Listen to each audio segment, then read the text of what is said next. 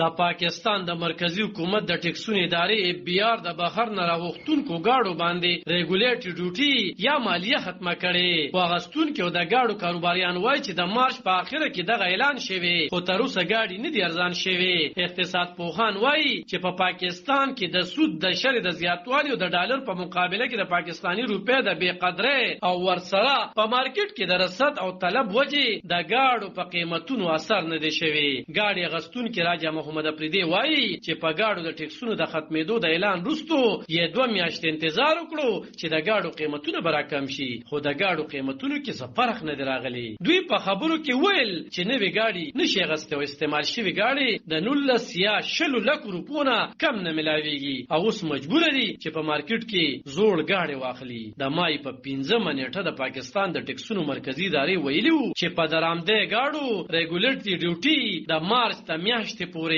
پځې کړې شوی و او د هغې د مودې پوره کېدو وروسته دا نوره نه د غځول شوی. په درآمده یا د بهر نه راغښتونکو گاډو باندې 20% ریګولیټری ډیوټي 6 میاشتې وړاندې لګول شوی و او په پاکستان کې په درآمداتو د بندیزونو د وجې د بهر نه گاډي، موبایلونه او صنعتي خام مال راکم شوی دی. کاروباریان وایي چې درآمده مالیې د ختمېدو وروسته د هغوی په کاروبار منفي اغیزې شوي دي. د گاډي کاروباري امجد خان وایي چې د کله نه چې ریګولیټری ډیوټي ختمه شوی نو خلک په دې تمه دي چې گاډي به ارزان شي، خو د گاډو قیمتونه نه دي راکم شوي او هم لدی عمله خلک په انتظار دي او مارکیټ ته نه راځي چې نیغ په نیغه اثر یې د هغو په کاروبارونو شوی دی. په خبرو کې هغه وویل چې خرڅوونکي زیات دي، ګاګ نشته او کاروبار یې په تاوان کې روان دی. په پاکستان کې د گاډو د جوړولو اتحادیه وایي چې 13 د اپریل په میاشت کې د گاډو خرڅ